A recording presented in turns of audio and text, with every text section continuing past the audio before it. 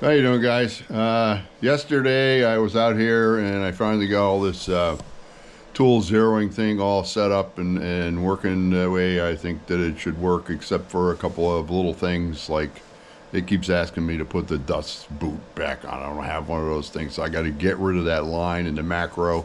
But other than that, it worked fine. I didn't have any problem with it. It makes it the process of machining a part really efficient because I don't have to change the tool out and then get all get the thing back at zero, put the plate on the surface and do all that nonsense. All I got to do is wait for the spindle to turn off, change the tool, and just go on.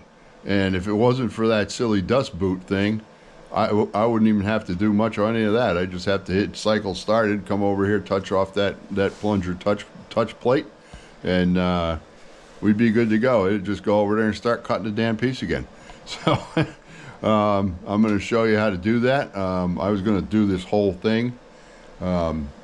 This is going to be a box that we're going to bring to Guatemala with us when we go down to build the house.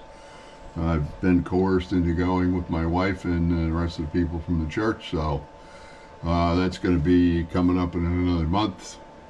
And we're going to bring this box, and this box is going to have the keys to their house inside of it, and that's how they will be presented to them. It was just one of my little contributions I've been doing for a few years, and I think it's kind of nice, and I'm sure they like getting a little gift. I mean, it's not much, but it's something they can keep little keepsakes in, maybe the woman in a family can put their earrings or whatever, or if they even have any earrings, into the box, but they can save stuff in there. So what this says here, it says this is, this cross stands for faith. This little, looks like an EKG thing here, that stands for hope, and the heart stands for, guess what, love. So that's a 1 Corinthians 13:13. If you go look in your Bible, you'll see it in there.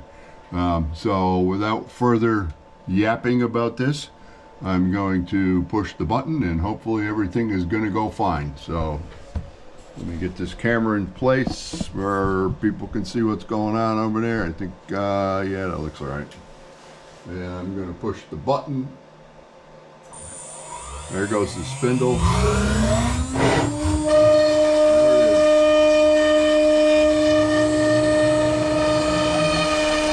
It's just making a chamfer around the top edge of the box and the bottom, because they do the bottom and the top at the same time.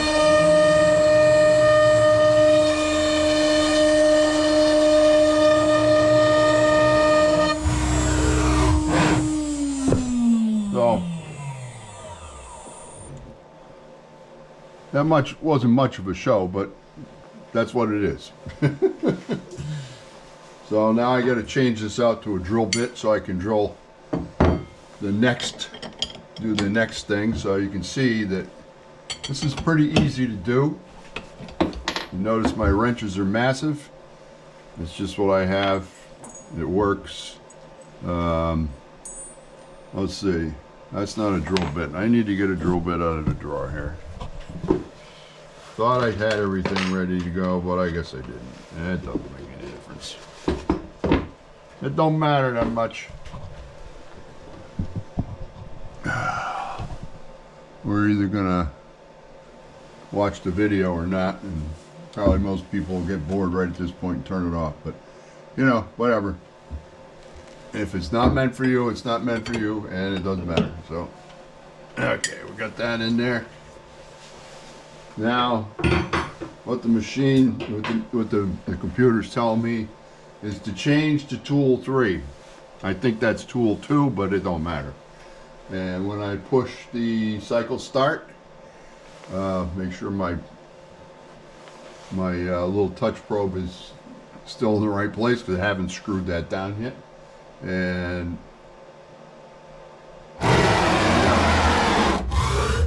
it's going to come down and touch that off, and it's going to come down really slow. And do it again. And it's going back to the middle. now it's telling me to put the dust boot back. As I said, since I don't have a dust boot, I can't do that. So I'm going to adjust the camera a little bit, and I'm going to push start, and we're going to see what happens. It's going to be not much. There we go.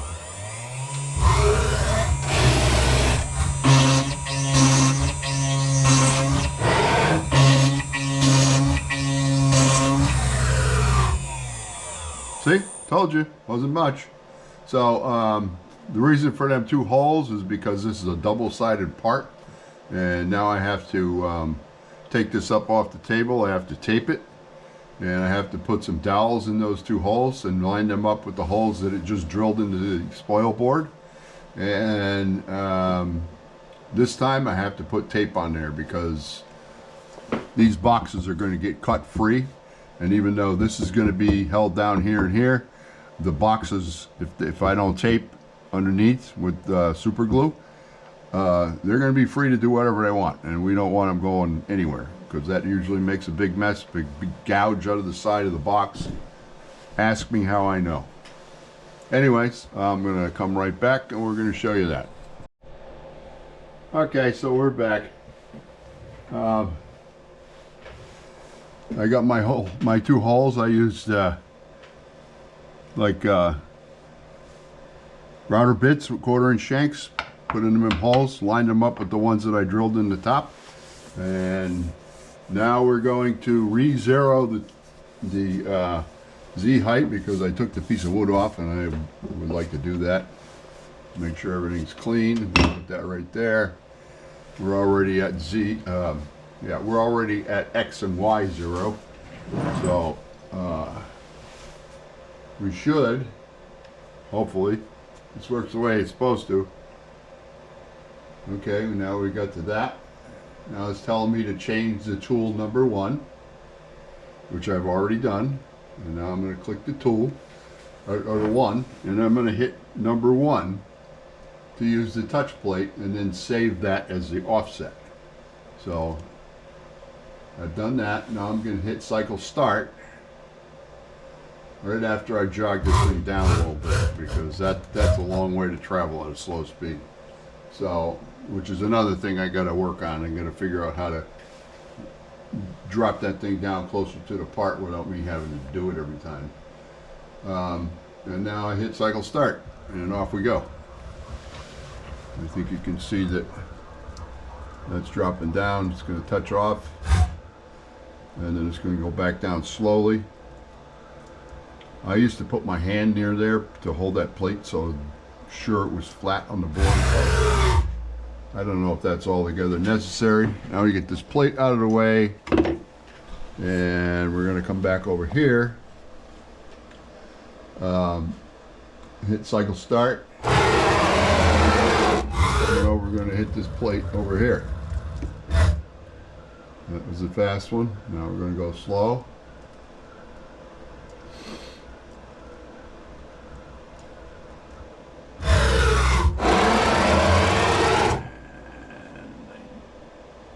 Didn't change.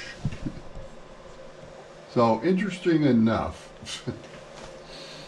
I forgot to change the toolpath. So I have to stop all this and go back in and reload a different toolpath, because we're not doing the same one on both sides. Cycle start. We're going to make some chips. Come on, camera. You're a little on the cockeyed side, but I don't care. It don't matter. If it's too cockeyed, just tilt your head when you're watching. Okay, now it wants me to put dust boot. Don't have that. And there it goes. Start.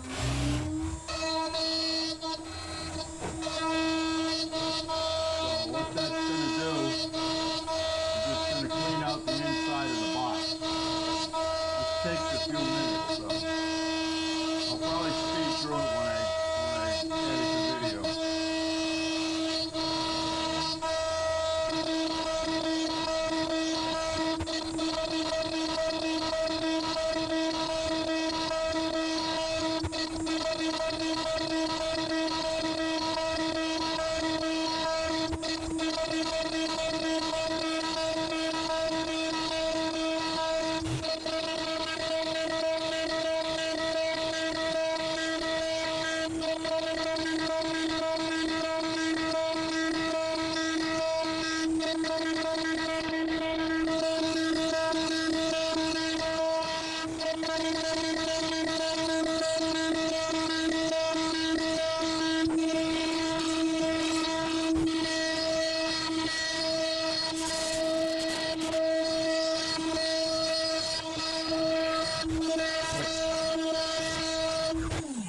Okay. Now we have to change the tool bit again. I'm gonna come back later. Okay, here we go again. I've got the 60-degree V-bit in there. That's gonna go in the bottom of this box, I hope in the right place. And it's gonna carve some stuff inside of here. So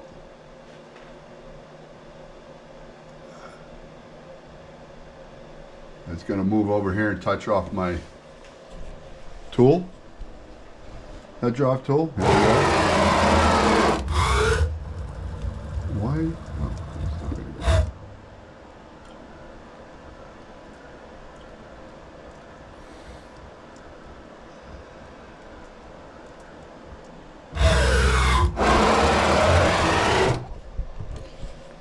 So now we should be set to get cutting. Aim that thing a little better. That's I'm gonna put my dust boot back on that I don't have. Yeah, that's done. Ooh, that's close to the edge. That's really close to the edge. you can't even see it, but when I first started doing that bit was really close to the edge. Oh well, it is what it is. I have no idea what this says. It's in Spanish, I believe.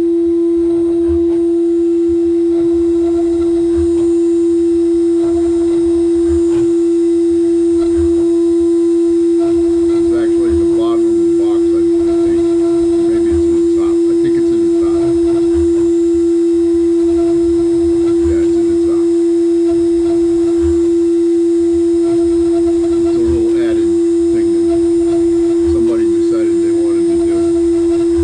Not me. But now once I get this done, I have to change the tool back to that bit I just took out. The light in here is really bad because my spindle light died for some reason. I'm not even sure why. Maybe I can shine a little light on there. You can see it a little bit better. There we go. So it's writing stuff in there.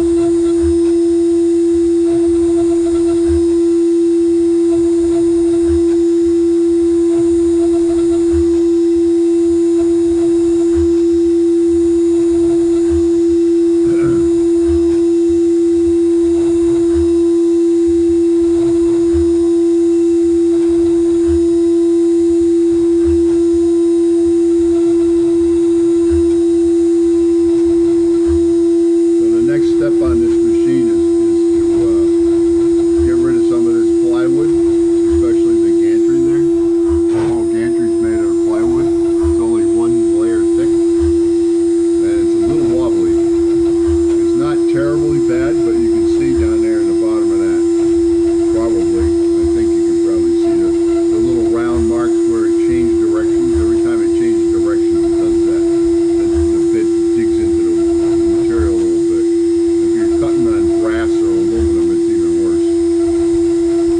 So that's just something I'm gonna have to sand out because you can't leave that like that.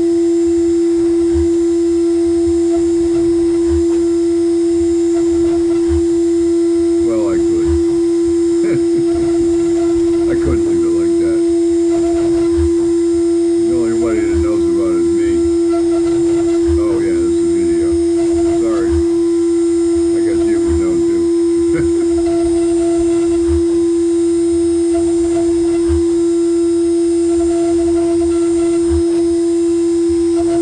Getting closer to that edge. It's going to go right up to it. Oh, how close that was.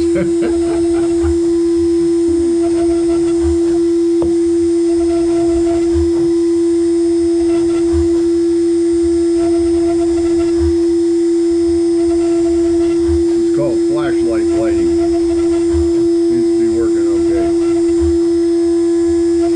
I got lights inside of this little black cover here. Inside of here I got LEDs in there, and they're daylight bulbs. Well, they're not bulbs, they're LEDs.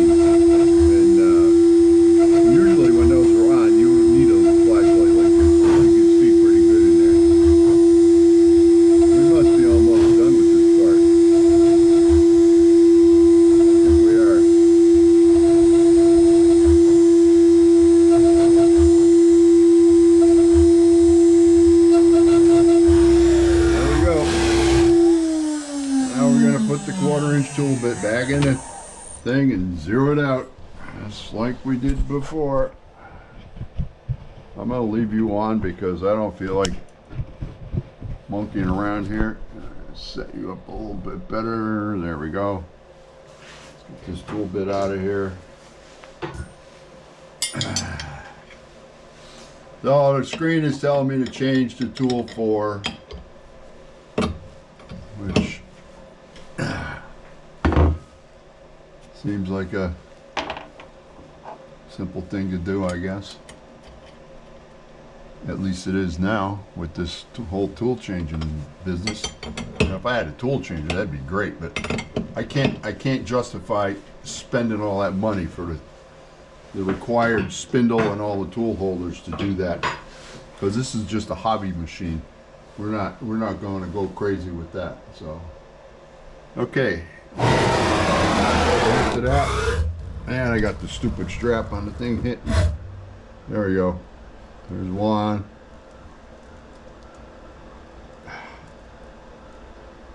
Caught the strap on the edge of the drawer while I'm holding the camera. So now we're going to finish cutting this piece out after I put the dust boot back on. There it is. It's on.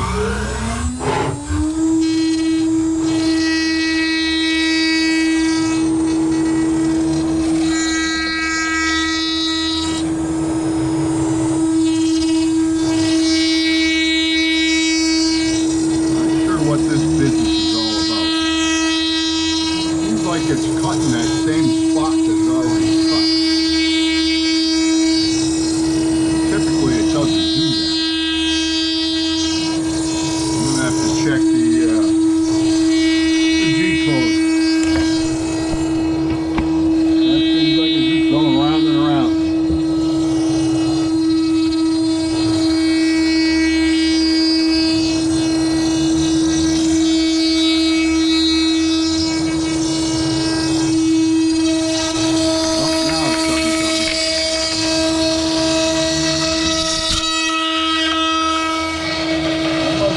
That one.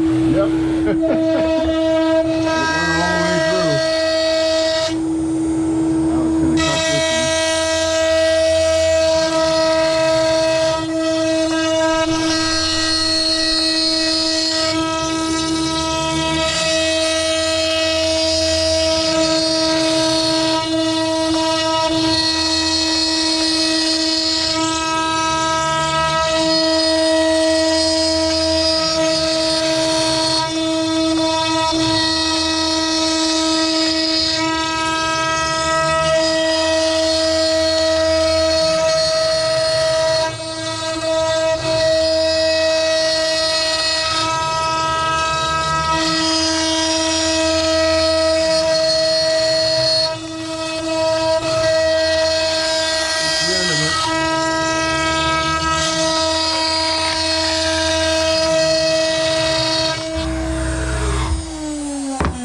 I always like to hold that thing down, even though I got tape under there.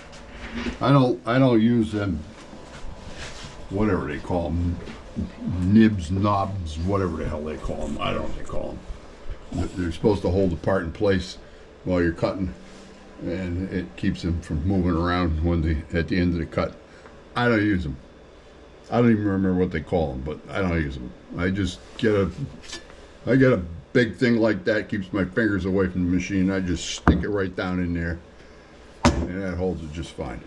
Anyway, that seems to be the end of that job, other than taking that off of there and cleaning up all the fuzzies, because that's white oak, and you know, I don't know, white oak is pretty tough. It shreds. It leaves a lot of mess. So I'm just going to move this gantry back out of the way so I don't cut my hand open on that bit, and take that off the board. Okay.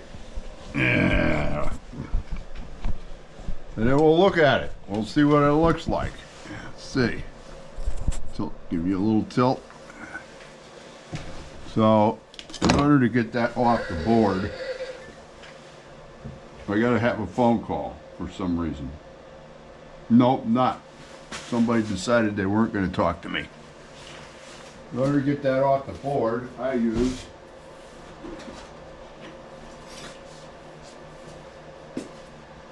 this thing. Big chisel. And I just get underneath of it. Oh, let's take the clamps loose first. That'll help. We'll take the clamps loose, and the outside piece is probably just about, you know, there's not much tape on that one, so that goes in the trash. And then you got to be more careful with these things. I didn't put the tape all the way to the back, so it didn't, it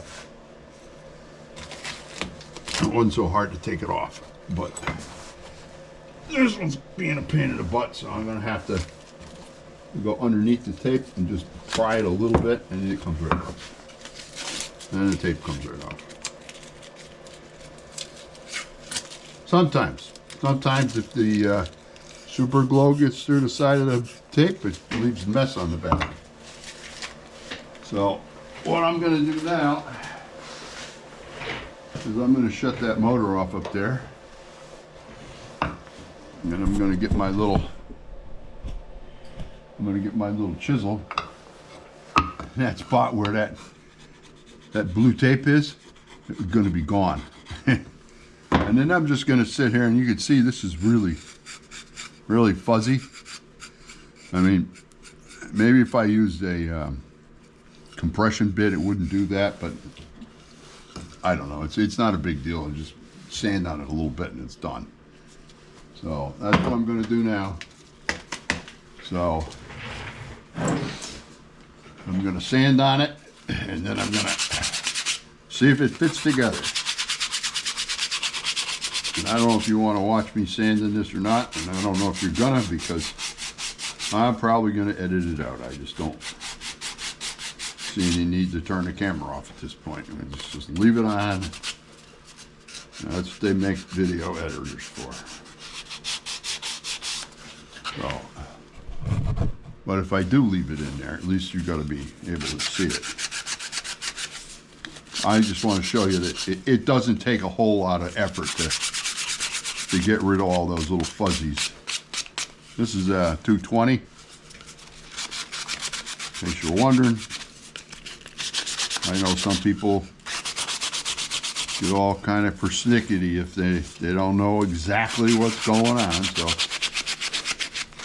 I did a video on a compass, filling a compass, a Ritchie compass for a boat once, and I had no idea how to do it. And you'll notice I tell stories a lot. I had no idea how to do it, so I went online, like everybody else does, or should do. And this was before AI, so I couldn't ask AI. So I went on YouTube, and I typed in my little query: how do you refill a Ritchie compass, and how do you do this, and there was a bunch of videos on YouTube about it. And I soon came to realize that these videos really sucked. I shouldn't say that, but they were not good. Put it that way. They were not good videos. There was one guy. I'm not going to mention any names. I don't even remember what his name was, but he had his compass sitting on a. I don't know if it was on a bowl or if it was on a towel on a table, and he had a turkey baster. And he was trying to use a turkey baster to fill his compass up. Well, first off, you could put most of the oil or the fluid, it's not really, it's some kind of oil, but I don't know what it is. But you could put most of it in if you just don't put the dome on the top. You just put the little fill screw on the side, and then you just pour the stuff right out of the bottle right into the compass until it gets up to near the top. And then you just put the you put the dome on the top. If you don't know what I'm talking about, you can go on my channel and see it. It's on there. Maybe I'll leave a link to it in the bottom, in case any of you guys own boats. with leaky compasses.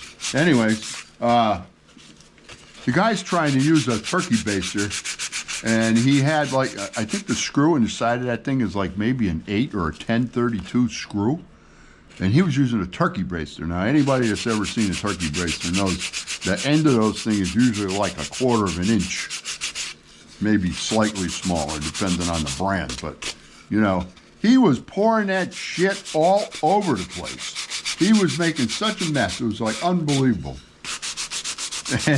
And he wasn't the only guy. I mean, there was others that did it other ways, and, you know, some of the other ways were a little bit better, but that guy, he was the worst one. So I watched all these videos, and I saw these guys, you know, giving you all this advice. Oh, you got to put the compass in the freezer because that makes the air bubbles go away. I just had no idea. Why in the hell would you think that would happen? Well, I can tell you it won't. But it was like, guy was like, well, you put it in the refrigerator in the freezer overnight, and you get up the next morning, you'll see if you have any air left in there.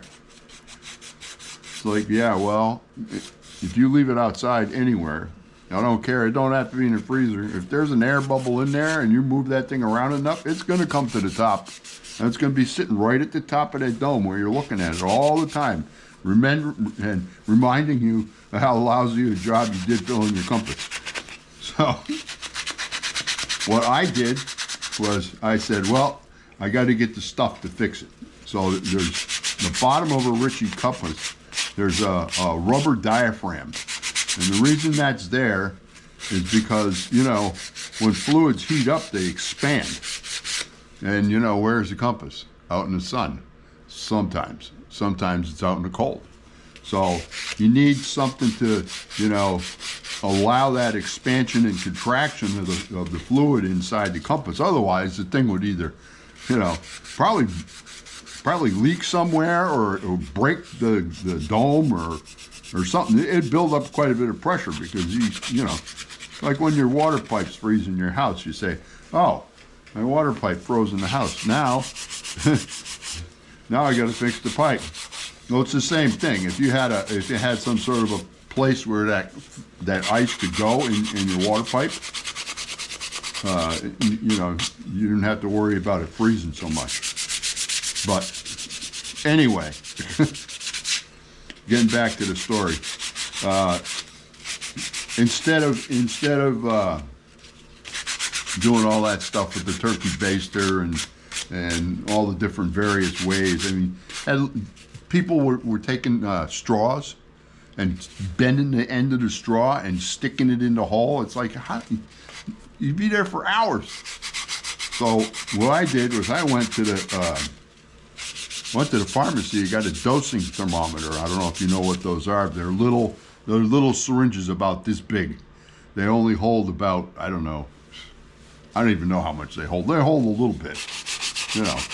And I pulled the plunger out, and I just took the end of it where normally you'd stick it in the bottle to extract the whatever medicine you're taking, and you know, you fill it up until it's to the mark you need, and then you just stick it in your mouth and just squirt it in there. Well, some people will squirt it in a spoon. They won't, but whatever. So, oh, sand. Ah, sawdust. I hate sawdust. That's why I'm a woodworker. So, anyway, I got one of them dosing thermometers, and I just tried to get it into the hole where the screw was. It wouldn't go in, so I got a piece of this stuff, and I just stuck this stuff on the end of that thing, and I just twirled it around a few times, and lo and behold, that took enough plastic off the end of that thing, so I stuck it in the hole. It got started, and I screwed it right in there tight. And then I pulled the plunger out, and of course I had filled up the compass with the fluid before I did all of this, and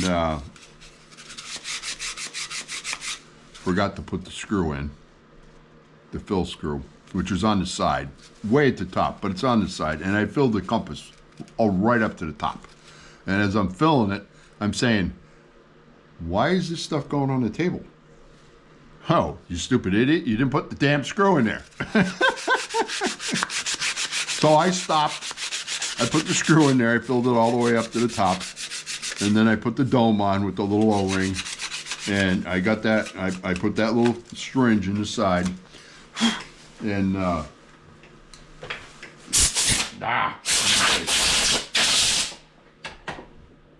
and then I said, well, time to see if this box fits together. Look at that. Nice. Comes right apart. Now, when this gets to Guatemala, you know it's humid in Guatemala. It's going to swell. But it's been my experience that most of the boxes that have gone down there, they swell an equal amount because this is a pretty uniform thickness of wood all the way around. So they don't usually do that. The problem is if I bring this in the house in a couple of days, I'll go like this and the thing will fall apart. But I mean, I think I left about 0.02 of an inch clearance between those two joints. So there we have it. That's my little box. It's going to put the keys in it, and it's going to be presented to the new owner of the house down there. And way down in the corner it says 1 Corinthians 13:13. Believe it or not, I should make that bigger because you can hardly see it. Anyway, that's not what this was about.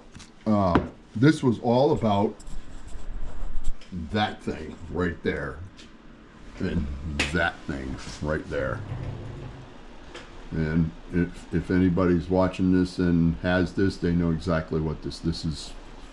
CNC 12, and I got the new Acorn board over there in the box that I put in, I'm going to say about a month ago, and finally got around to getting this thing finished up.